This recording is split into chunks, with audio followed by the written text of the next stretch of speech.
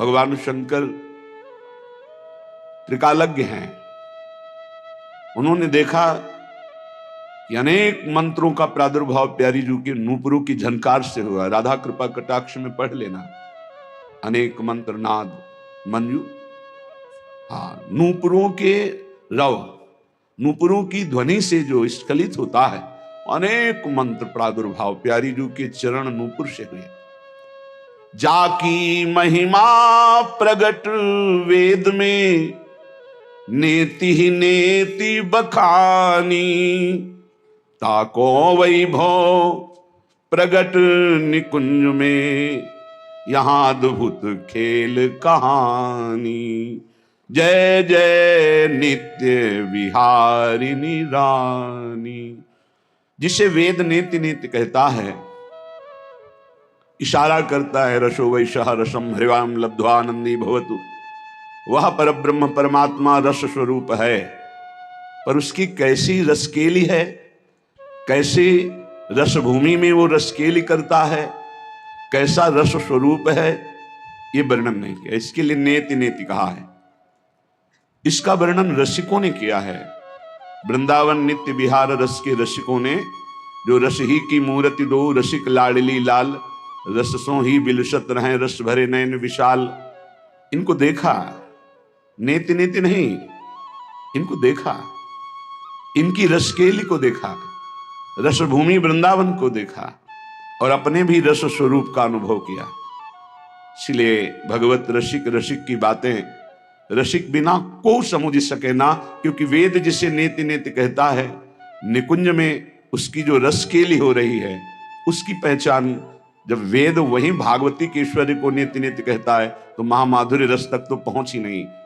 जो रस नेति नेति श्रुति भाख्यो, ताको तय अधर सुधा रस चाख्यो। शाखा पत्र फूल फल सब, देखत ही सुखदानी। वृंदावन की लता, वृंदावन के फल फूल, खग मृग पशु पंक्षी, इनके दर्शन मात्र से माया दुख का नाश हो जाता है। अली माधुरी सब ही की मूल, ये श्री राधा महारानी। महामाधुर्य रस, प्रेम रस, उत्तम भक्ति रस और महाशक्ति, ये सब की मूल है श्री लाडली जो। अनंत शक्ति, अपार सामर्थ्य, मूल प्रकृति, आद्या शक्ति, सब इन्हीं के अंश हैं, सब इन्हीं के अंश। कैसे तुम्हें बता, अपनी जो महारानी जो हैं, ये सबकी मूल हैं। अली माधुरी सब ही की मूल, श्री राधा महारानी। महाप्रभु ने लिखा है श्रीमद राधा सुधाम, ये जो श्लोक है ना, प्रेमणासन मधुरोज्ज्वल हृदयम श्रृंगार लीला कला वैचित्री परमावधिर भगवता पूज्य कापी शता ईशानी च सची महासुख तनु शक्ति स्वतंत्रा परा।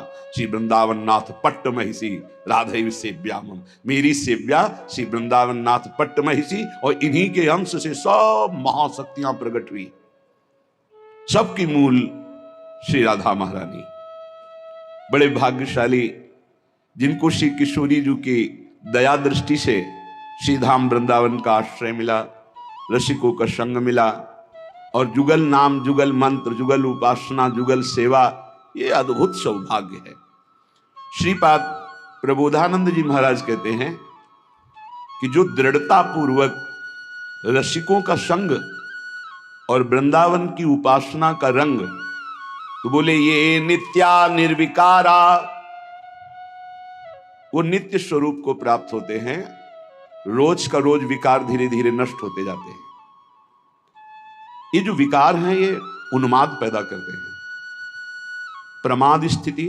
प्रमाद कहते हैं करने योग्य कार्य को ना करना और ना करने योग्य कार्य का उत्साह हो जाना, इसे प्रमाद कहते हैं। बहुत खतरनाक है।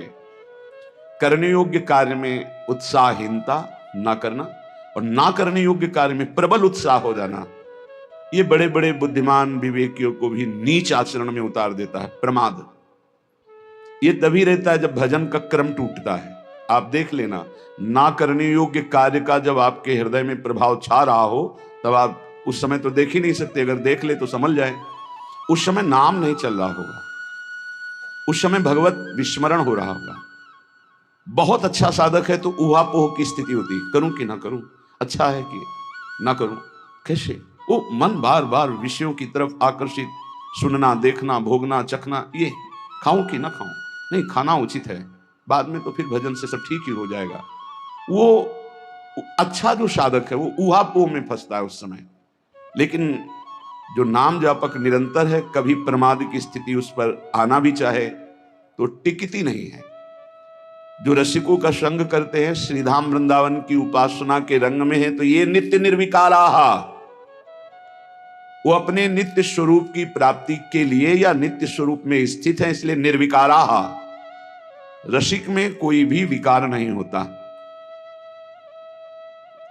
फिर भी आप भोजन रखो तो अनुकूल प्रतिकूल उसमें ये हटाओ, ये रख लो, ये ऐसा, ये नहीं पता, ये पालेंगे, इसका मतलब कि अभी उनके अंदर कोई प्रियता है, कोई त्याज्य है नहीं। ये स्वभाव साधना का है, स्वभाव है साधना का।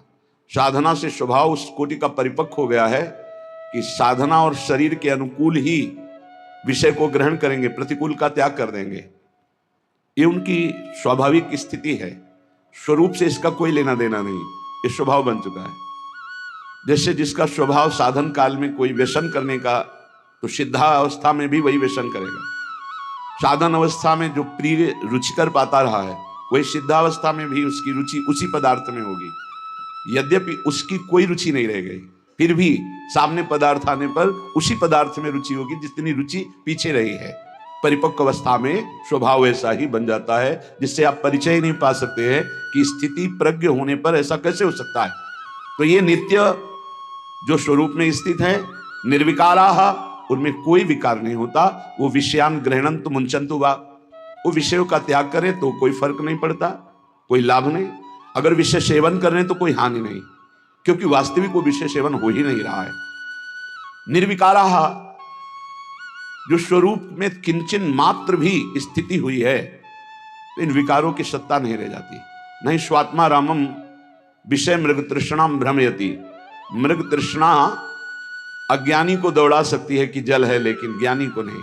जो विवेकवान है, आत्मा राम है, उसको नहीं, क्योंकि उसकी अचाह स्वाभाविक स्थिति होती है। पूज्य राधा बाबा ने एक बार भाई जी से पूछा, ये मीठा को देखते ही हमारी रुचि हो जाती कि अभी मीठा में प्रियता है क्या? हमें लगता है क्या ये कमी बकाया रह गई है अभी? पूज्य भाई जी ने कहा नहीं, इस शरीर की कमी है। शरीर को अगर मीठे की मांग है तो मीठा सामने आते ही अभ्यास, पूर्वाभ्यास, वो अच्छा लगने लगे। तो सिद्ध पुरुषों में भी ये रख दो, ये हटा दो, इसका मतलब उनके लिए कोई प्रिय अप्रिय नहीं है, पर वो स्वभाव साधन काल का वैसे ही चलता है।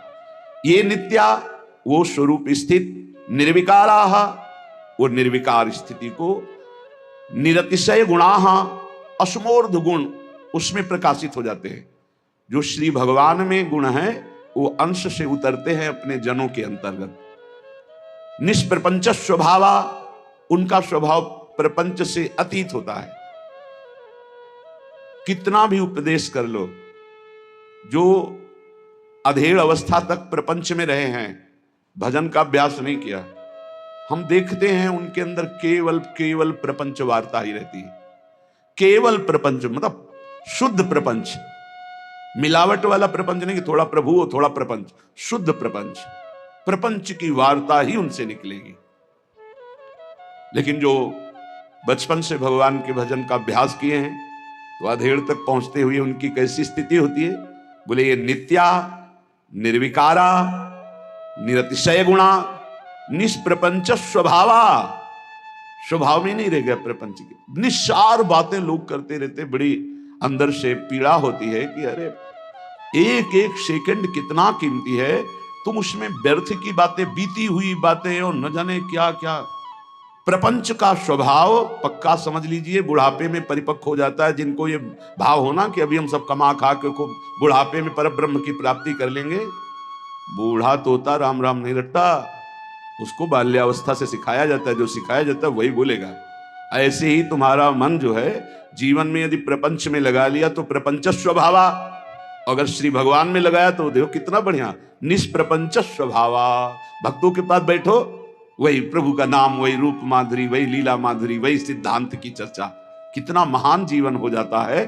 बोले निरतिशय गुणा अश्मोर्ध भागवतिक सारे सद्गुण प्रकाशित हो जाते हैं। और निर्दोषा, किसी भी प्रकार की दोष वृत्ति भक्तों में नहीं रह जाती परिपक्व अवस्था में। नित्य मुक्ता, वो नित्य जीवन मुक्त महापुरुष होते हैं। कौन? जो वृंदावन का आश्रय, वृंदावन की प्रेम रस उपासना, रसिकों का संग, नाम बाड़ी में चित्त लगाए हुए हैं।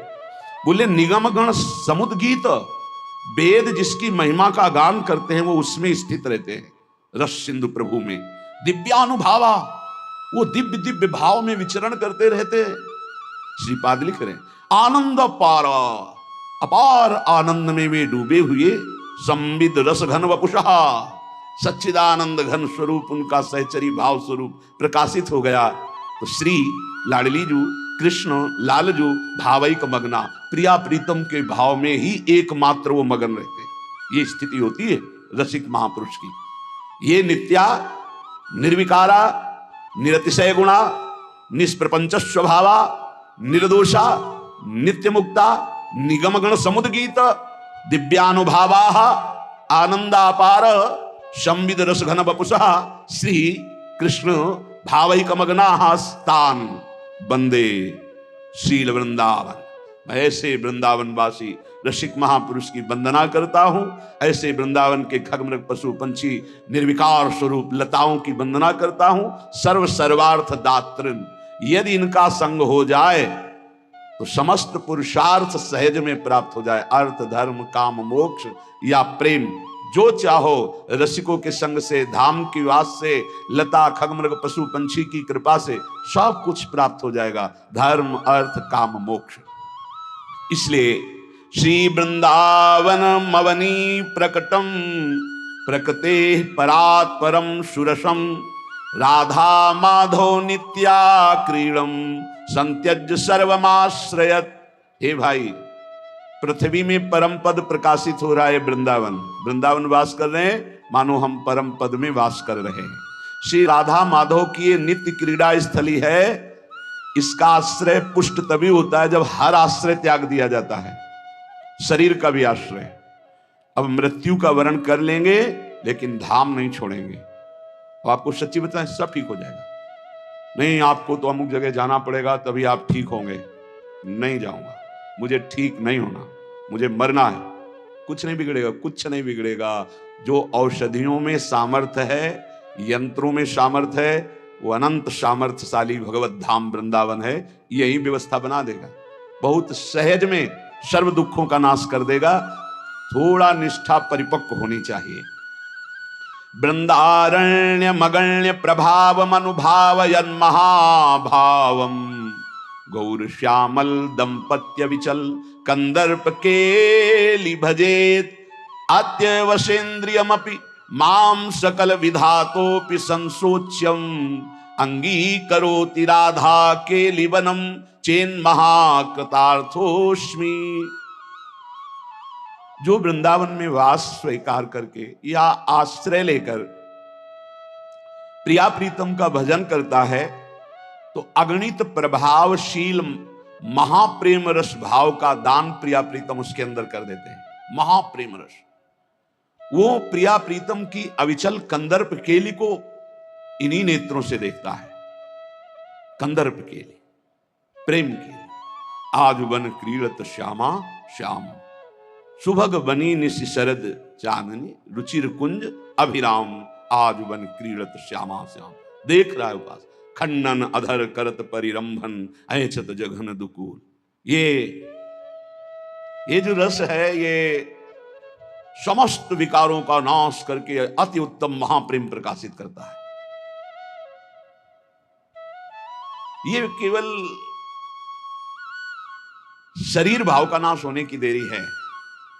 इन्हीं पदों के गायन से शरीर भाव नष्ट हो जाएगा। महाप्रभु ने बताया शरीर भाव कैसे नष्ट होता है। तो कहा थे थे बचन मिथुन मुख निसरत सुनि सुनि देह दशा किन भूलो।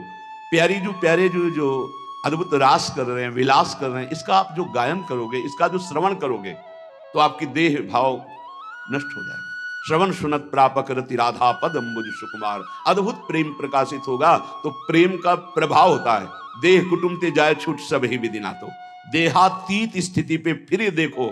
खन्नन अधर करत परिरंभन चत जगन दुकूल, उर्नक पात तिरिछी चितवन दंपति रस समतूल, वे भुजपीन पयोधर पर शतवाम दृशा विहार। ये जो इसकी व्याख्या नहीं हो सकती। ये जो स्थिति है ये प्यारोडुम क्षमते ने अच्छी सुखादि नाम तो ध्यानगम, इतनी उच्च कोटि की दशा है जहां प्रिया प्रीतम की इस रसकेली का स्फुरण हुआ तो दर्शन करने वाला ही नहीं रह जाता।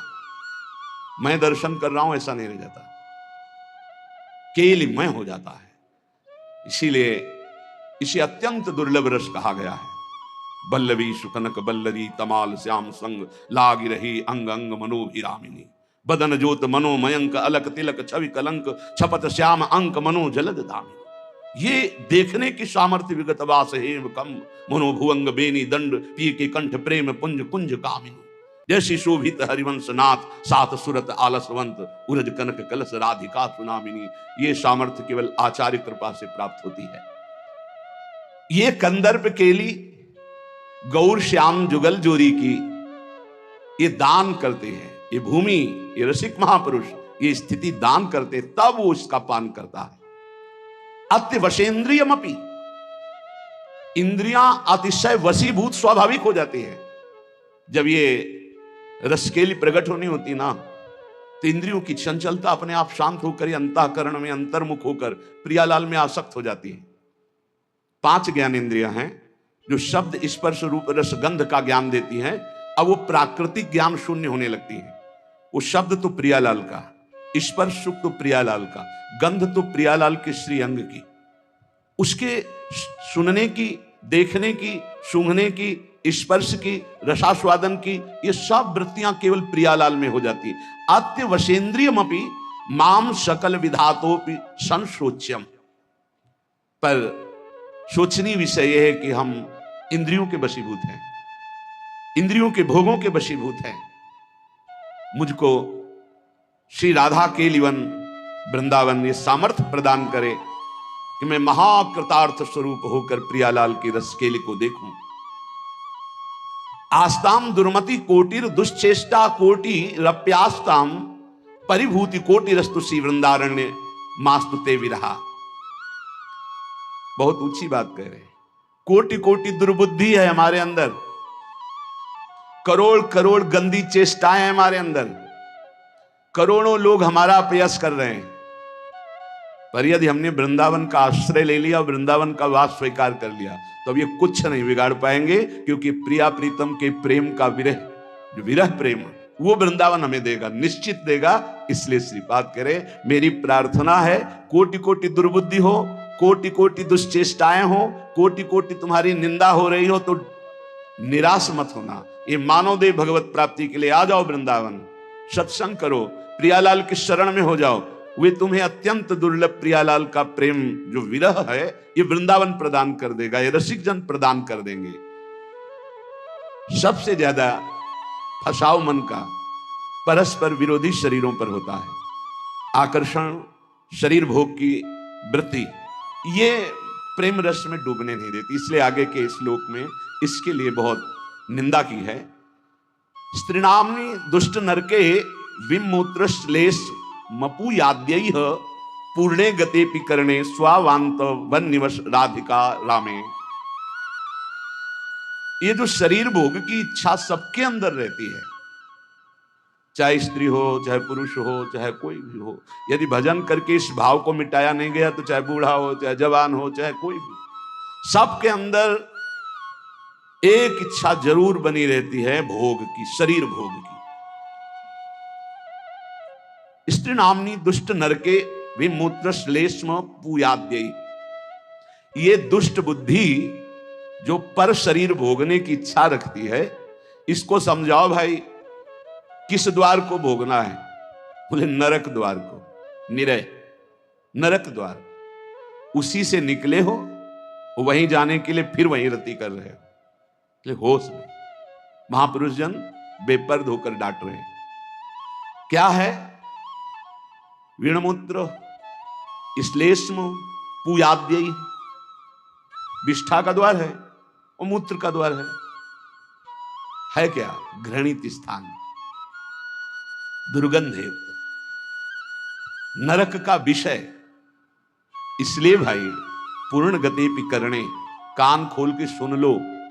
स्वावांतन निवश राधिका रामे, श्री किशोरी जी के इस रमण उपवन में यदि आप अपनी अंतिम सुधारना चाहते हो, चाहे जितने दुष्ट रहे हो, चाहे जितने दुष्ट आचरण किए हो, चाहे जितनी तुम्हारी निंदा रही हो, तुम्हें प्रेम मिल जाएगा। पर एक बात से वर्तमान में बचो, शरीर भोग से। मन तुम्हारा गंदा हो रहा होने दीजिए, इंद्रियां तुम्हारी गंदगी की तरफ जा रही हैं, परेशानी कोई बात नहीं, सब ठीक हो जाएगा। लेकिन गंदगी करने की चेष्टा मत करना। ये धाम की बात कह रहे कि अगर आप राधा रामे श्री किशोरी जी के इस महान प्रेम रमणीय वन में तुम्हें आश्रय मिला है, तुम्हें वास मिला है, तो शरीर भोग से बच जाओ, शरीर भोग की चेष्टा मत करना। स्पष्ट कह रहे हैं, कुछ नहीं है पर बहुत आकर्षण इसी का है, बहुत आकर्षण है। वीणमूत्र श्लेष्म पूयाद्यई है, जिन द्वारों को स्पर्श करने के बाद कई बार रज लगा के हाथ धोना होता है, उसमें सुख खोज रहे हो। हमें लगता है इनके शरीर में सुख है, इनको लगता है उनके शरीर में सुख है, और दोनों सुख रहित पूरा जीवन व्यतीत कर देते हैं। सुख की खोज गलत नारकी गति में, दुष्ट नरके, ये स्वभाव दुष्ट नरक की प्राप्ति कराएगा। बचो, ऐसे संसर्ग से बचो जिसमें ऐसी भावनाओं की पुष्टता होती है। हरिरीति वृंदावन रति विवेक विरतिश्च दुरमुत किरति, स्त्री रूपा हरिमाया तदुपर मायाति दूरतो पायः। हरिमाया फंसाती है सबसे जोरदार शरीर भोग में, और धामों में तीर्थों में तो ज्यादा, क्योंकि पाप बने तुम्हारी दुर्गति हो, नरक जाओ। देख लो, जितने भगवान के परम पावन धाम हैं, तीर्थ हैं, इनमें विशेषता शरीर भोग की सुविधा आपको बहुत मिल जाएगी, बहुत मिल जाएगी। बहुत सावधान, आए किस लिए हो, क्या करना है, ये ध्यान देना है। हरिरीति ये हरि की माया है। हरि माया तदुपर मायाति दूरतो पायाः।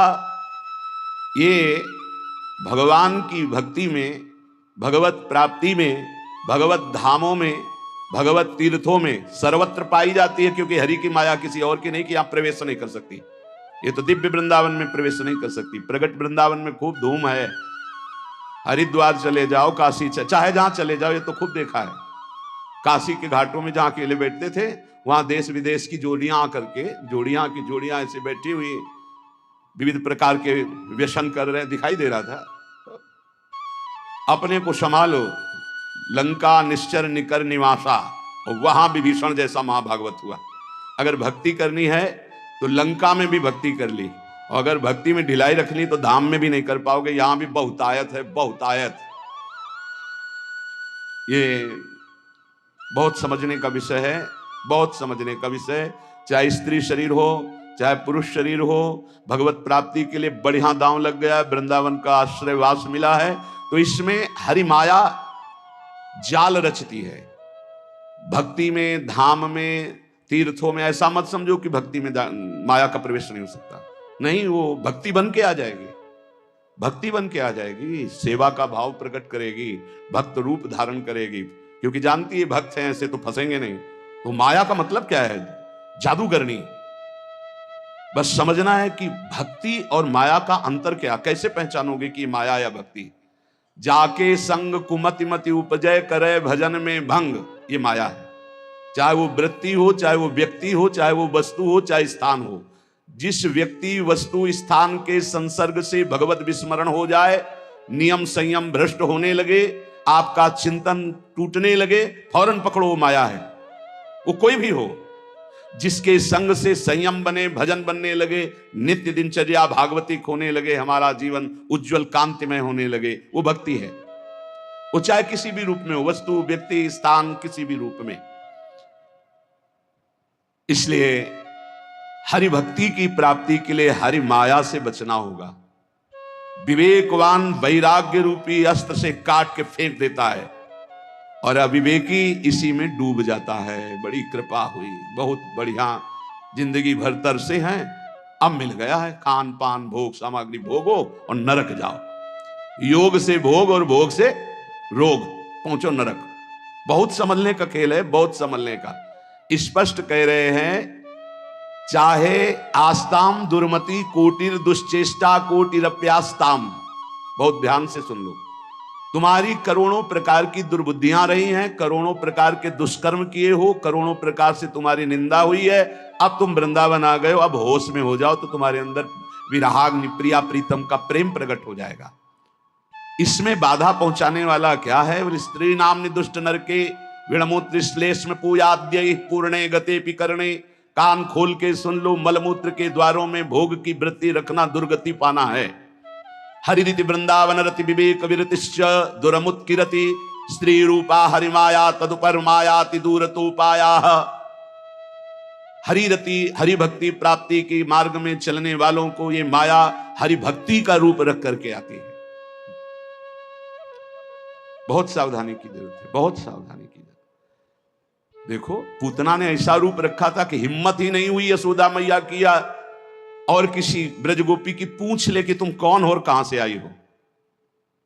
सब लालजू की तरफ ही इशारा करती जाती, क्योंकि इतनी सुंदरी वैभवशाली साक्षात लक्ष्मी जी मानो आ रही, तो बोले अपने प्रीतम से मिलने जा रहे, इशारा कर दिया। किसी की हिम्मत नहीं हुई। ऐसे ही जब माया किसी बड़े भक्त को छलती है, जब उत्तम साधक को छलने जाती, तो ऐसा वैसा रूप नहीं कि आप ऐसे रोक सको। हर ज्ञान, हर बात, हर उत्तर। फिर तुम्हारी श्रद्धा, तुम्हारी भक्ति किस कोटि की है? अगर विवेक वैराग्य की तलवार से काट सको तो काट सको, नहीं तो तुम्हें काट के रख देगी। यदि हरि का भरोसा है, अहंकार नहीं किए हो तो बचा लेंगे, अगर अहंकार है तो मुंह भरा गिरोगे। देवर्षि नारद जैसे महाभागवतों को भी परास्त करने की सामर्थ्य ये हरि माया रखती है। शिव विरंचिका मोहई को है बपुरान, असजिए जाने भजी माया पति भगवान।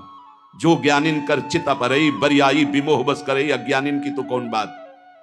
इसलिए उत्तम कुरुते योषिदत दृष्टैव दुष्ट मदिरेव अतिवन वसति रसक्या हा वृंदारण्य किन्नु में भविता।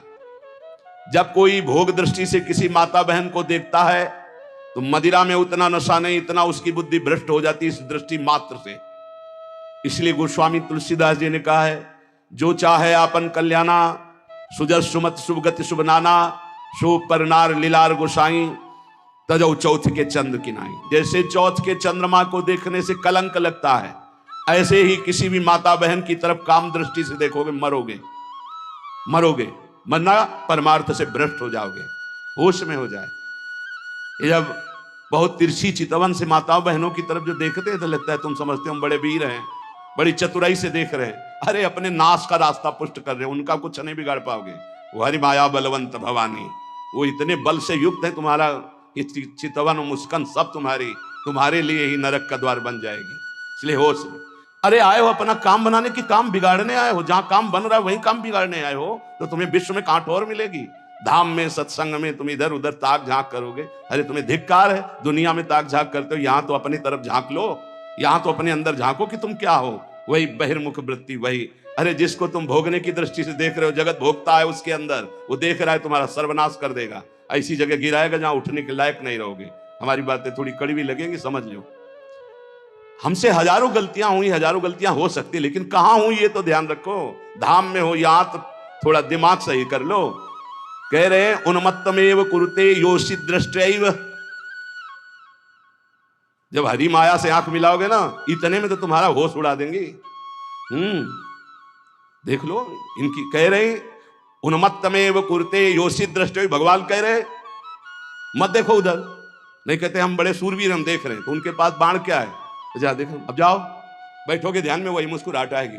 बहुत सावधान। शास्त्रवेत्ता जो महापुरुष कहते हैं, तो क्या श्रीपाद ने देखा है क्या?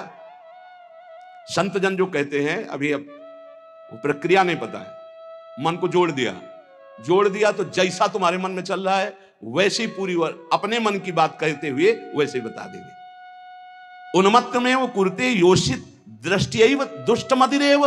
ये और कोई नहीं है, वही मोहिनी ठाकुर है जिसके तुम दास बनने निकले हो। बड़े प्रवीण बनते वो कहते हैं संभाल के रखो दृष्टि। कैसे संभालो? बोले यो माम पश्यति सर्वत्र सर्वम च मयि पश्यति तस्याहम न प्रणश्यामि सच में न प्रणश्यति। ऐ मेरे साधक, ऐ मेरे दास, मेरे स्वरूप को देखो। एक भी देवता मोहिनी ठाकुर से मोहित नहीं हुआ था, क्योंकि पता था मेरा ठाकुर है। जब किसी माई दाई बहन को देखो तो उसके चरणों की तरफ देखो। गोरे गोरे चरणारविंद मेरी प्रियाजू के, मेरी प्रियाजू की सखियों के बलिहारी है प्रभु। और अगर तुम सूरवीर बन के आंख में आंख मिलाए तो कह रहे उन्मत्त में वो कुरते योषि दृष्टैव दुष्ट मदिरेव। आपकी बात क्या है? हम एक महात्मा की बात बता रहे हैं। इतना भजन कर रहे थे कि शरीर की सुधि नहीं थी, पूरे शरीर में दीमक लग गई थी। शरीर है ये दिखाई नहीं दे रहा था, केवल आंखें बीच बीच में खोल लेते थे तो दीमक झड़ जाती थी। च्यवन ऋषि, उनका नाम च्यवन ऋषि था। बहुत समय हो गया, प्रसंग नहीं पड़े। तो एक राजा की राजकुमारी अपनी सखियों के साथ उधर से निकली। तेजोमयी आंखें ऐसे ज्योतिर्मयी चमक रही थी। उनका ये बहुत चमकती हुई क्या है ये, और ऊपर से सब दीमक लगी हुई थी। तो ऐसे कांटा टाइप लिया ऐसे तिनका, और ऐसे ऐसे मारा तो उनसे रक्त निकलने लगा। अब वो तो कांप गई कि रक्त कैसे निकला। अब सबके मलमूत्र बंद कर दिए, पूरे राजा से लेकर जितना परिकर, जितनी सेना, सबके। च्यवन ऋषि ने हाहाकार मच गया। तो उनमें कुछ विद्वान लोग भी साथ थे। उन्होंने कहा किसी ब्रह्म ऋषि का अपराध है, ढूंढा गया। अपराधी कौन है यहां वन में, किसी ऋषि का अपराध। तो राजकुमारी ने कहा कि अगर कोई ऐसी बात है तो मेरे द्वारा अपराध शायद बना है। एक दीमक का पिंड जैसा था, उससे दो ज्योति जगमगा रही थी और हमने उसमें, तो उससे रक्त सारे। बोले च्यवन ऋषि का ये पूरा क्षेत्र है, कहीं ऐसा तो नहीं किया च्यवन ऋषि को तुमने? चलो आगे गाय और ब्राह्मण करके च्यवन ऋषि से बंधना। महाराज सबकी लघु शंका सोच खोल दो, बंद कर दिए सबके। अब कितनी देर भाई, 6 घंटे 8 घंटे हम सबके। महाराज शर्त कैसे खुलेगी आप बस बताओ। शर्त सुकन्या, राजकुमारी का नाम सुकन्या, सुकन्या दे दो। राजकुमारी से कहा अब राजकुमारी ना कैसे, अपराध तुमने किया, ऋषि की सेवा में तुम्हें। उन्मत्तमेव कुरुते योषित दृष्टैव दुष्ट मदिरैव। जाओ सबके लघु शंका सोच खुल जाए, जाओ अब सब यहां से। वो तपस्या के द्वारा महल वैभव और अपना स्वरूप प्रकाशित किया जो देवराज इंद्र के पास भी नहीं। तपस्या का प्रयोग कहां होने लगा, कहां गया तपस्या का? माया। ऐसे ही महाराज हमारे पड़ोसी सौभरी जी महाराज, सिवार लग गई थी शरीर में और यमुना जी में समाधि। मछली को देखा खेलते हुए, मैथुन करते हुए। देख लो मोबाइल देखने वालों, जब मैथुन मछली का देखा तो महाराज को लगा कि है कोई सुख। बताओ, अभी तक जल में हजारों वर्ष समाधि लगाने वाले महात्मा ब्रह्म सुख का हुआ अनुभव, और मछली के मैथुन सुख को देखकर सोचा अब तो इस सुख का अनुभव करेंगे। तो सामर्थ्यशाली महात्मा कहां जाए? तो छोटे मोटे घर गृहस्थी के पास थोड़ी गए, चक्रवर्ती सम्राट राजाधिराज मानधाता के पास। दुर्गंध आ रही थी मछली किसी शरीर से, सिवार पानी के अंदर की, हड्डी हड्डी थी, गाल चपके हुए, आंखें तेजोमयी, देख के डर जाए आदमी। महाराज तो मानधाता बहुत बड़े प्रतापी राजा हुए हैं। महाराज आज्ञा कीजिए। बोले विवाह करना चाहता हूं। बोले आदेश कीजिए, किससे कराए? बोले आपकी राजकुमारी से। 50 कन्या थी। घबरा गए कि ऐसे महात्मा के लिए अगर राजकुमारी समर्पित कर दी तो मतलब राजकुमारी का जीवन क्या होगा, महलों में पल। तो उन्होंने कहा महाराज जो तुम्हें राजकुमारी पसंद हो पसंद कर ले आप उसे। क्योंकि जानते थे ना बोले कि सांप, तो सांप कौन भोगे, इनको पसंद ही कौन करेगा। बोले महाराज जो तुम्हें पसंद कर ले। तो समझ गए सौभरी जी, तपस्या के द्वारा ऐसा रूप बनाया। मंत्री ने जाके कहा महाराज सौभरी पधार रहे हैं, जो राजकुमारी पसंद करना चाहे पसंद कर ले। जो ही पधारे तो खुशबू से पूरा महल भर गया, तेजो रूप। 50 ने कहा हम वरण करेंगे। बोले चलो। मानधाता से कहा 50 पुत्रियां तुम्हारी तैयार। मानधाता के सामने सौभरी ऋषि और उनके सामने दिव्य रूप। मानधाता ने कहा रहेंगी कहां? बोले कल आ जाना यमुना किनारे। ऐसे अमरावती नगर से भी श्रेष्ठ पुरी की रचना की। सेवक, हाथी, घोड़ा, रत्न, वैभव सब। फिर 50 से 500 हो गए धीरे धीरे।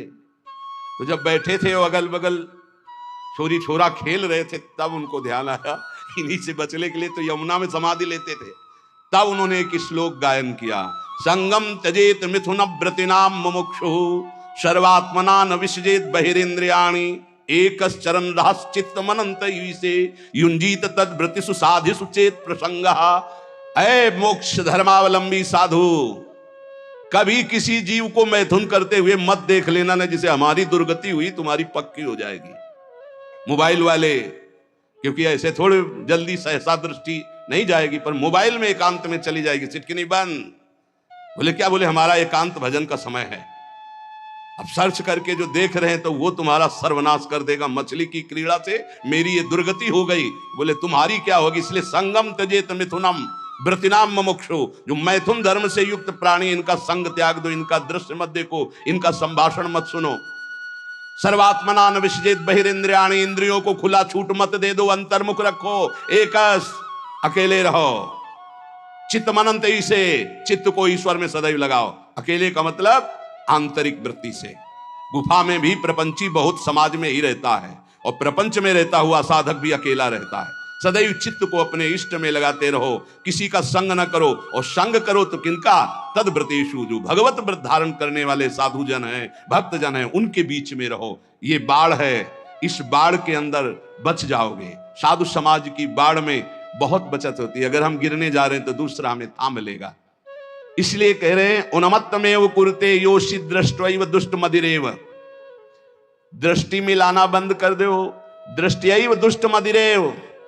बस गए, पाताल का रास्ता पक्का। 5 बाण है उसके, 5 संधान कर दे तो शंकर की समाधि भंग कर दी। तुम तो जीव हो, शिव की समाधि भंग कर दी। औरों की तो बात जाने दो, अपने स्वरूप में आ जाए काम ना।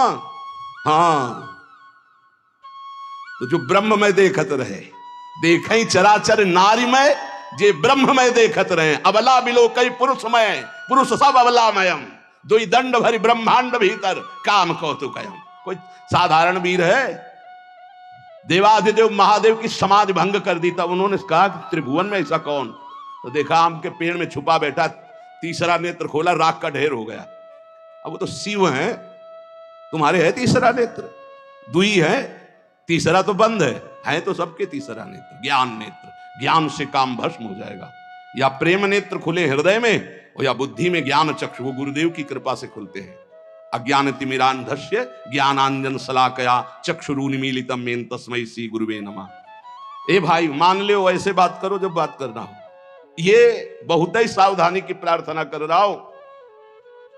निज अनुभव ये कहूं खगेशा, पक्का जरा सी भी चूक हुई तो जीवन भर पछताना पड़ेगा। ये ऐसा घाव है, ये ऐसा दलदल है, ये ऐसी फिसलन है, ये ऐसी डूबन है जिससे निकल पाना मुश्किल है। मुस्कुराहट तो जिंदगी की खो जाएगी।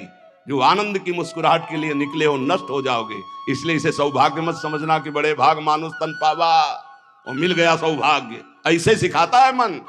जिंदगी हो गई, सुख नहीं मिला, हे प्रभु तुम कहां हो? ये तो ढूंढते ढूंढते थक गया, लेकिन अब सुख मिला है। माया बहा ले जाएगी। आओ प्यारे, इधर आओ। कहां? हमारे पाले में आओ। कहां निकले जा रहे हो? हरि की तरफ। इधर आओ। अम्मा अब तो हरि की तरफ जाने दो। अच्छा तो जाओ। अम्मा जननी सम जानहि पर नारी।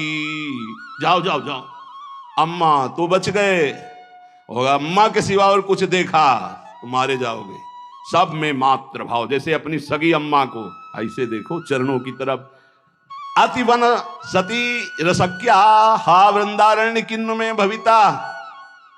वृंदावन वास करना इसीलिए बहुत कठिन है। वृंदावन अब क्या उपाय हो सकता है? जिसकी दृष्टि खराब हो गई है, समझ जाओ, सत्संग है, समझ जाओ। बहुत खतरनाक खेल है, इससे ज्यादा खतरनाक खेल नहीं। हाथ जोड़ के, मुस्कुरा के, प्रणाम करके प्रणाम करवा देंगी, ऐसी प्रबल माया है। हाथ जोड़ना पड़ेगा, घुटने टेकना पड़ेगा, रोना पड़ेगा, फिर भी क्षमा नहीं होगी। माया आती कैसे जानते हो? झुक के। और जाती कैसे? रौंद के। ये शब्द याद रखो। सौभाग्य मत मान लेना। बड़े भाग मानुष तन पावा, सुर दुर्लभ सदग्रंथन गावा, साधन धाम मोक्ष कर द्वारा, साधन धाम मोक्ष कर द्वारा। अति दुर्वारा इंद्रिय वैरिण आमर्दयन्ति सततम माम, बद्ध्वा बद्ध्वा त्यार्ति दकारायाम हा हरे परित्राही। ये पीड़ा देने वाली दुष्ट इंद्रियां कारागार की तरह मुझे बंदी बनाना चाहती हैं। ऐसा ही है। सब कोई देख लो अपनी अपनी इंद्रियों को। ये दुर्दांत दुश्मन इंद्रियां निरंतर पीड़ा देते हुए मुझे बंदी बनाना चाहती भोगों में। नहीं, हा हरे परित्राही त्राहि माम, ऐसे बचा जाता है। हे हरि मुझे बचा लो, मुझे इंद्रियां फंसा रही, मुझे फंसा रही। कंदर्प शविष विषखैर निरवधिमं दह्यमानस्य। शिकारी वीणा वादन करता है हरिण पहले बुलाने, इतना मधुर वीणा वादन साधु बन के बजाता है। हिरण बेचारे नजदीक आ जाते हैं, पास में ही धनुष बाण मारा खींच के, वही ढेर हो गया। कंदर्प शविष विषखैर, ये शरीर है वीणा का, कामदेव की वीणा वादन का शरीर का आकर्षण करके, और निरवधिमं दह्यमानस्य विषखैर, काम बाण का संधान किया, ढेर कर दिया। बड़े बड़ों को इतिहास साक्षी है। इसलिए पहले वीणा वादन से ही बचे। शरीर आकर्षण होने लगे तो त्राहिमाम, भागो भागो। अगर आपको अपना सुंदर बनाना है तो परम सुंदर श्री हरि का ध्यान करो, प्रियाजू का ध्यान करो, संयम से रहो, तब तो समझ। अच्छा, हमारी सुंदरता तभी काम की जब सुंदर शिरोमणि प्रभु हमें स्वीकार कर ले। ये मरण धर्मा शरीर दीजेंगे तो क्या करेंगे? क्या करेंगे? क्या दे देंगे मरण धर्मा? इसलिए अति दुर्वारा इंद्रिय वैरिण आमर्दयन्ति सततम माम। गौर से देखो तो प्रभु दिखाई देने चाहिए, अन्यथा कुछ नहीं है इनमें। कौन सा सुंदर रूप है? कहां सुंदरता है? कहां सुंदरता रह गई है? बहुत विचित्र स्वभाव। आज जो हमारे समाज का स्वरूप बिगड़ता चला जा रहा है, बुरा जरूर लगेगा, लेकिन बाबा जी हैं, अगर हमारी बात नहीं तुम्हें समझ में आएगी तो तुम्हारी हिम्मत नहीं कि कोई कहे, इसीलिए हिम्मत से कह रहे हैं। ए भाई, ये अंग प्रत्यंग ढकने के लिए है, अंग प्रत्यंग ढकने के लिए। इनकी पवित्रता, इनकी उज्जवलता, इसको आप बिखेरो मत। आपका चरित्र महान तो आपका जीवन महान हो जाएगा। इससे आप महान नहीं बन जाओगे, इससे महान नहीं बन जाओगे। नहीं, जितना पवित्रता, गांव के बड़े बूढ़े से, अब हमें तो पता नहीं, लेकिन हम अपने सामने देखा है इतना तुरंत हो गया। बूढ़ी बूढ़ी का पानी लाना, घर में घुसेंगे तो ऐसे पूरा घर सावधान, एकदम ऐसे। बड़े बुजुर्ग, मर्यादाएं थी, पवित्रता थी, उसी का परिणाम राष्ट्र भक्त, भगवत भक्त, प्रेमी संतानें होती थी, चाहे बच्चा हो चाहे बच्ची हो, एक से एक उज्जवल कीर्ति वाले। आज बच्चा बच्ची ऐसे हो रहे हैं, अपने माता पिता को पीट रहे हैं, अपमानित कर रहे हैं, मनमानी आचरण कर रहे हैं, और कह दो तो ऊपर से अंकुश आ जाए। तुम होते कौन हो कहने वाले? कौन होते हो कहने वाले? कोई किसी को कह नहीं सकता। नहीं, हम इसलिए कह सकते हैं कि हम शास्त्र, संत, गुरुजन, इनका अधिकार है समाज पर, और समाज का इनके ऊपर अधिकार है।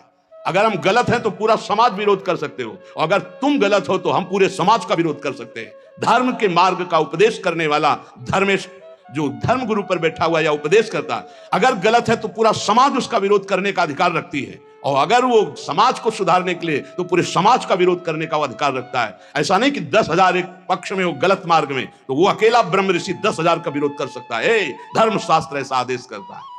आप विचार करके देखो, भगवान श्री राम जी को आदेश हुआ, तापस वेश विशेष उदासी 14 वर्ष राम वनवासी। भगवान नंगे पैर सारी, कैसी मर्यादा से सियाजी को जहां नाव पे चढ़ाना है तो सिय चढ़ाई चढ़े रघुराई। आगे जानकी हर सोच, थोड़ी सी चूक जानकी जी की तरफ से लीला विस्तार के लिए लक्ष्मण जी को उपस्थित वचन दिला के गए थे कि एक क्षण के लिए जनक नंदिनी को अकेला मत छोड़ना, पर जानकी जी ने जाओ, राम जी संकट में, तो उनका काल के भी महाकाल का संकट कौन, माता आप ऐसे वचन मत बोलो। तो उनका, आप मुझे समझ में आ रहा है भगवान कोई लीला करना, ऐसे रेखा खींची और कहा मां इस रेखा को क्रॉस मत करना, इस रेखा को किसी की सामर्थ्य नहीं त्रिभुवन में कि क्रॉस करके आपको छू ले। लेकिन लक्ष्मण रेखा को पार, हर समय आप इन बातों पर ध्यान दीजिए। रामचरितमानस की कैसी पोशाक होनी चाहिए, कैसी व्यवस्था होनी चाहिए, कैसी चाल ढाल होनी चाहिए, हमारा जीवन कैसे मंगलमय हो सकता है। उस पवित्रता का ही प्रभाव था कि इतना त्रिभुवन को भयभीत कर देने वाला रावण जानकी जी के सामने नेत्र नहीं मिला सकता था, और अशोक वाटिका में जाके रखा, बार बार मनाता रहा। और जब उठाया था तो ऐसे नहीं उठाया था, सीता चरण बंदी सुख माना। हे जगत जननी, मैं जानता हूं यद्यपि मैं जो कृत्य कर रहा हूं अपने विनाश के लिए, अपने मंगल के लिए कर रहा हूं, पर मैं जानता हूं कि आप कौन हैं, इसलिए मेरा प्रणाम स्वीकार करें।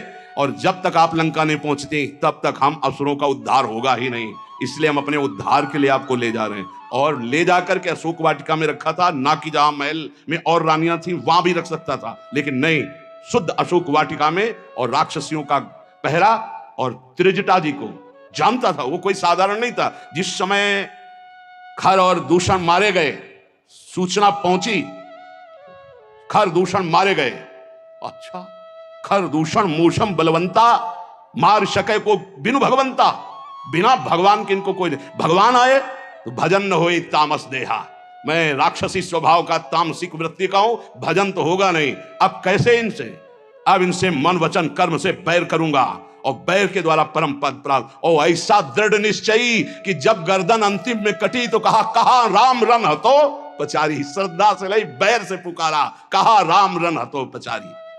जिस समय जनकपुर में यज्ञ हो रही थी, धनुष यज्ञ, सब पहुंचे थे, ये भी पहुंचा, बाणासुर भी आए हुए थे, कुछ मांगलिक गुरु चर्चा हुई, क्योंकि दोनों के गुरु एक ही हैं, भगवान शिव। कहा आप भी तो धनुष उठाने आए, बोले नहीं, इस धनुष उठाने में कौन सी बात है, जब 20 बार कैलाश सहित भगवान शिव और पार्वती को उठा लिया तो उनका ये धनुष है। मैं धनुष उठाने नहीं आया, मैं धनुष उठाने वाले को निमंत्रण देने आया हूं। बोले कौन है यहां धनुष उठाने वाला?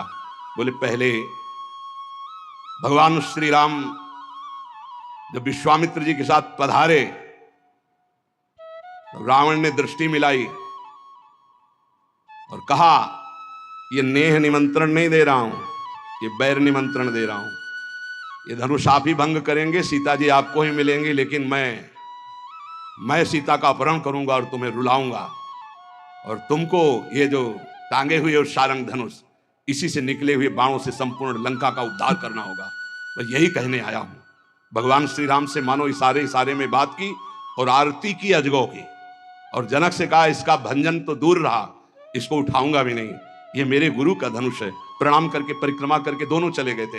ये अतिरथी वीर बाणासुर और महान पराक्रमी रावण ये ऐसे उठाए भी नहीं थे। ऐसा नहीं कि उठाने की चेष्टा की, नहीं, ऐसा नहीं, वंदना की, परिक्रमा की और चले गए थे। और भगवान राम को कहा था तुम्हें निमंत्रण देता हूं, आकर पूरी लंका का उद्धार आपको करना है, इसलिए सीता जी से ब्याह तो आप करो और वास मेरे यहां करेंगी, क्योंकि इन्हीं के चरणों के प्रताप से ऐसी अपावन लंका पावन होगी। उन्मत्त में वो कुरते योषित दृष्टि दुष्ट मदेर, जो हमारा शास्त्र कहता है उसको ध्यान दो। कभी किसी भी माता बहन से बात करनी हो तो चरणों में देखो भगवान तो सर्वत्र विराजमान है। जिस समय भगवान ब्रह्मा जी ने सृष्टि रचना प्रारंभ की तो सनक सनंदन सनातन सनत कुमार प्रकट हुए, उनसे कहा सृष्टि रचो, बोले शब्द ही नहीं, ये शब्द ही नहीं, हमारी सृष्टि में ही नहीं, हमारे चिंतन में ही नहीं। और समय समाधिस्थ हरिशरणम, फिर और ऋषि प्रकट किए, सब अपने स्वरूप में स्थित। तब फिर अपने शरीर के दो भाग किए, एक में महाराज मनु और एक में शतरूपा। फिर ये परस्पर ऐसा आकर्षण प्रकट हुआ जिससे सृष्टि वर्धन, नहीं सब ब्रह्म स्वरूप, सब भजनानंदी, भजन में ही डूबने के लिए। तब ब्रह्मा जी ने अपने शरीर के दो भाग के, वामांग से शतरूपा और दाहिनी भाग से महाराज मनु, और यहां से फिर ये मैथुन सृष्टि प्रकट हुई। जिसे भगवत मार्ग में, चाहे वो गृहस्थ हो या विरक्त, गृहस्थ है जिससे पाणी ग्रहण मात्र किया उससे, विरक्त है तो संपूर्ण चराचर जगत में अपने इष्ट का भाव रखते हुए चलना है, नहीं तो अति दुर्वारा इंद्रिय वैरिण आमर्दयंती सततम माम। देखो जब अच्छा साधक कहीं गड़बड़ हो जाता है तो वो अपने जीवन को ही नष्ट कर देता है। ये अपने वृंदावन की बात है कि दरपानी घाट की तरफ कोई साधक एकांतवास करता। अभी हमसे कल प्रश्न हुआ कि नए साधक को एकांतवास करना चाहिए या सत्संग साधु समागम, तो हम कहा नए साधक को सत्संग साधु समागम करते हुए थोड़ा समय एकांतवास करना चाहिए। जैसे आप यार है तो घंटे 2-4 घंटे 6 घंटे आपका एकांत में कमरे में भी, और हर समय आप घेरे के अंतर्गत हो। अकेले रहने में, वो भी साधक को साधन में एकांतवास बहुत सावधानी का करना है। मोबाइल तो बहुत ही घातक है, बहुत ही सहायक है। अगर मन चंचल हो रहा है, आप सत्संग लगा लो। मन चंचल को शांत कैसे करें, सैकड़ों सत्संग इस विषय के पड़े हुए हैं। अगर आप सावधान नहीं तो फिर मन चंचल होकर विषय सेवन में ले जाए। अब वो रोज मोबाइल का गलत प्रयोग देख रहे थे, उनको घृणा हुई अपने जीवन से और उन्होंने अपना जीवन शांत कर लिया यही वृंदावन में। क्या फायदा हुआ? जीवन शांत होने से क्या भगवत प्राप्ति हो गई? अगर सत्संग मिलता होता तो कम से कम इतनी हिम्मत तो हो जाती कि मोबाइल को ईंट से कुचल देते। अपने को क्यों शांत किया? अपने को तो आप सुधारा जा सकता है, अपने को तो बचाया जा सकता है विषय सेवन से। इसलिए बहुत सावधान, नहीं कभी आपका मन जो गलत मार्ग में शिक्षा दे रहा वही आपको नष्ट कर देगा। बहुत सावधान। कलिकाल है ऐसा, यंत्रों में एक क्षण में आप संसार की गलत बातें देख सकते हैं। वो बहुत बुद्धि को नाश करने वाला है, बहुत बुद्धि। छोटे छोटे बच्चे बताते हैं कि हमारी दुर्दशा इससे हो गई। इसलिए कंदर्प शविष विषखैर निरवधि मम दह्य मानस्य। जब कोई किसी माता बहन की तरफ या विपरीत शरीर की तरफ देखता है तो कामदेव उसी समय विषिक अपने बाणों का संचार करता है। हाय, कैसे उसे शांति मिल सकती है जिसके हृदय को काम ने बेध दिया है, क्योंकि सतत चिंतन उसका चालू हो जाता है और बड़ी दुर्दशा हो जाती है, बड़ी दुर्दशा हो जाती है। मतलब इतना दुर्दशा और किसी विकार से नहीं होती जितनी काम विकार से होती है। इसलिए गोस्वामी जी ने भगवान से प्रियता के लिए मांगा है, काम ही नारी प्यारी जिम लोभी जिम प्रियदाम। तो उपासक सावधान रहे।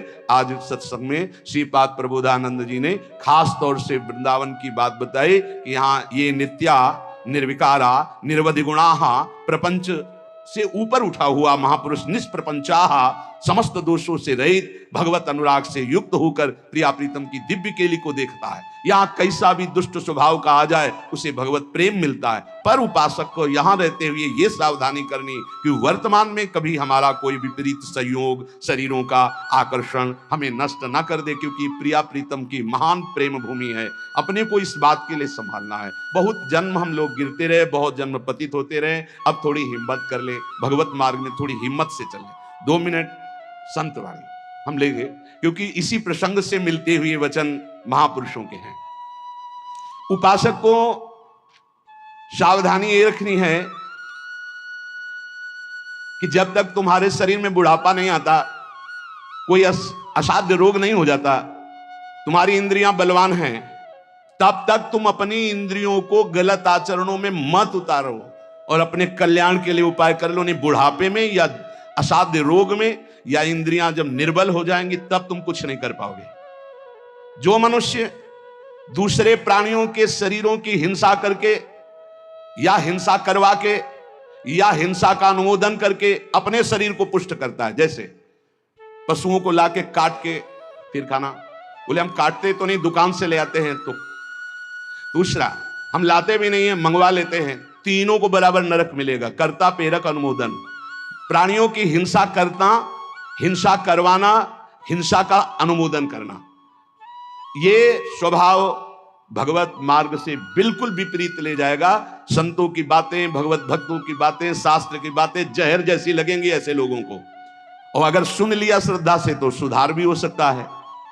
किसी भी तरह से किसी भी जीव को मार करके खाना जो हमारे शास्त्र के विरुद्ध है, वो तुम्हारे लिए हिंसा और बहुत बड़ा पाप होगा। जीव तो सब में है, जीव बिना जीवे नहीं। मूरी में भी जीव है, गाजर में भी जीव है, आलू में भी जीव है, अरहर के पेड़ में भी जीव है, उर्द के भी पेड़ में, गेहूं के भी पेड़ में, लेकिन वो हमारे खाने के लिए शास्त्र सम्मत है। लेकिन ये दूसरे अन्य जीवों के मारकर खाने की बात मानव शरीर के लिए नहीं, राक्षसी भाव के लिए, जो राक्षस है उनके लिए है। संसार में जितने भी जीव हैं, मन से, वचन से, शरीर से जब किसी को दंड नहीं दिया जाता तो अपने सारे पाप नष्ट होने लगते हैं और उसे कोई भी दुख भोगना नहीं पड़ेगा। उसके दुख देने वाले पाप कर्म क्षय हो जाते हैं। सभी जीव को चाहिए कि ये बात समझ लें, सब यहां जीना चाहते हैं, सब अपने शरीर को सुखी रखना चाहते हैं। अगर किसी भी प्राणी को तुम मारते हो या उबालते हो या खाते हो तो तुम्हारा नाश निश्चित है, तुम्हारी दुर्गति निश्चित है। अपने स्वार्थ के लिए काम से, क्रोध से, भय से यदि किसी को पीड़ा पहुंचाते हो, काम से, चार लोग मिलकर किसी के साथ ऐसा अभद्र व्यवहार करना या मार देना या ऐसा कर देना, तुम ये सत्य समझ लीजिए कि तुम्हारी दुर्गति पक्की है। ये महापुरुषों के वचन है। जो श्रेष्ठ, परोपकारी, निश्चय पूर्वक दूसरों के दुख को दूर करने की बात करने वाले हैं, वही मानव जीवन धारण करने का लाभ लेते हैं। क्रोध से, लोभ से, भय से या हास्य से भी पापकारी बात कभी मत करो। पाप वाली बात हंसी मजाक में भी मत बोलो। जो साधक आत्मज्ञान प्राप्त करना चाहता है, उसे चाहिए सत्य बोले, परमित बोले, थोड़ा बोले और संशय रहित बोले, परिपूर्ण स्पष्ट बोले, अनुभूत बोले और वाणी को चंचल ना होने दे, मर्यादा से बोले। ऐसा बोलने वाला साधु परमार्थ की उन्नति को प्राप्त होता है। सत्य बोले, थोड़ा बोले, संशय रहित बोले, परिपूर्ण स्पष्ट शास्त्र सम्मत बोले, जो बोले अनुभव से बोले, वाचालता रहित होकर बोले, वो परमार्थ का पथिक होता है। जो भाषा सत्य है पर कठोर है, दूसरे को दुख पहुंचा रही है, बड़ी रूखी बात है, वो नहीं बोलनी चाहिए। जिसे आत्मशोधन करना है उसे ब्रह्मचर्य रहना ही है, इसीलिए इसको शुरू किया। जिसे ब्रह्मचर्य रहना है उसे शरीर को चिकना बनाना, श्रृंगार करना, यह सब छोड़ देना चाहिए। अभी कुछ दिन बाद शरीर छूट जाएगा, फिर लकड़ी में जलेगा भाई। चाहे जितना इसे पाउडर लगा लो, चाहे जितना इत्र छिड़क लो, आग में जलेगा कुछ दिन। बोले कुछ दिन क्यों, अभी तो हम 30-40 साल ऐसे निकल गए। ऐसे अब पता नहीं 30-40 साल है कि नहीं है, ऐसे निकल जाएंगे। ब्रह्मा जी के यहां कमल की पंखुड़ी में जितने में सुई छेदो उतने में 1 वर्ष हो गया।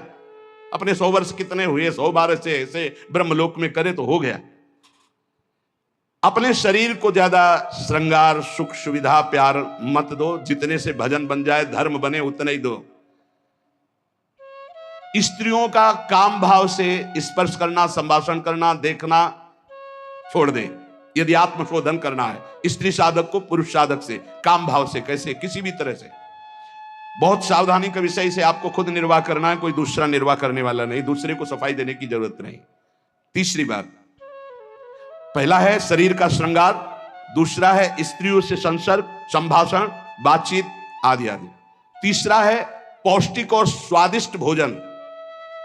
ये महान भयंकर हैं 3 बातें जो साधक को नष्ट कर देती है। शरीर का श्रृंगार करना, माताओं बहनों से काम भाव से युक्त होकर के इस तरह का व्यवहार, बातचीत, ऐसा आप सफाई पेश कर सकते हैं। भैया सफाई पेश करने की बात नहीं, आप खुद देख लीजिएगा। आपका अगर दृष्टि ठीक है, आपका भाव ठीक है, आपका व्यवहार ठीक है भगवान को साक्षी करके, तो कोई दोष नहीं है। लेकिन यदि आप अंदर से दूषित हैं तो आप बचिए। और स्वादिष्ट बलिष्ठ भोजन, आत्मशोधन करने वाले उपासक को जरूरत नहीं, कोई जरूरत नहीं। ये घी, रबड़ी, रसगुल्ला, दूध और ये बादाम, पिस्ता, ये गृहस्थों के लिए बने, ये भगवत मार्ग के पथिकों के लिए नहीं। उनके लिए नाम रूपी बल और ब्रह्मचर्य का महान ताकत, एक अद्भुत बल, एक अद्भुत उत्साह, एक अद्भुत तेज बना रहता। बादाम में थोड़ी है, हलवा में थोड़ी है। बादाम हलवा खा के तो बेकार हो जाओगे। शुद्ध सात्विक थोड़ा अन्न एक बार डाल लिया शरीर पोषण के लिए, बस जल, व्यायाम, प्राणायाम, ब्रह्मचर्य, इससे बहुत बड़ा बल प्राप्त होता है। हमें निरंतर मन को वश में करना, मन को वश में करने के लिए ये शारीरिक बल की जरूरत नहीं है। शारीरिक बल तो अपने आप बना रहता है। उत्साह, एक आत्मिक शक्ति, एक बल, एक अलौकिकता रहती है। ये निकृष्ट आचरण करने से नहीं। स्वादिष्ट और पौष्टिक भोजन की कोई आवश्यकता नहीं ब्रह्मचारी के लिए कि 5 चम्मच उसमें दाल में घी डाल के और ये सब कर, फिर कैसे हजम करोगे। तपस्वी उपासक को चाहिए स्त्री के रूप की तरफ, उसके हास्य की तरफ, उसके मधुवचन की तरफ, उनके संकेत की तरफ, उनके हाव भाव की तरफ, या स्त्री उपासक को चाहिए पुरुष के ऐसे परस्पर चितवन को ना देखे, ना चिंतन करे, ना देखे, ना चिंतन करे। परस्पर विरोधी शरीर को राग पूर्वक देखना, उनके अंग प्रत्यंगों का चिंतन करना, उनकी बातें करना, ये ब्रह्मचर्य कदापि नहीं रह सकते जो ऐसे आचरण वाले लोग हैं। ब्रह्मचर्य व्रत में रत रहने वालों को अत्यंत सावधानी पूर्वक अपनी इंद्रियों को दर्शन, संभाषण, चिंतन से बचाना है। जो भिक्षुक ब्रह्मचर्य का आनंद प्राप्त करना चाहता है उसको अच्छे अच्छे पदार्थों के स्वाद पाने वाली जिह्वा पर काबू करना होगा। हाँ, ये जवानी जो है ये व्यतीत होनी चाहिए तपस्या में, जलने में व्यतीत होनी चाहिए, तो बुढ़ापा में वर्षा हो जाएगी।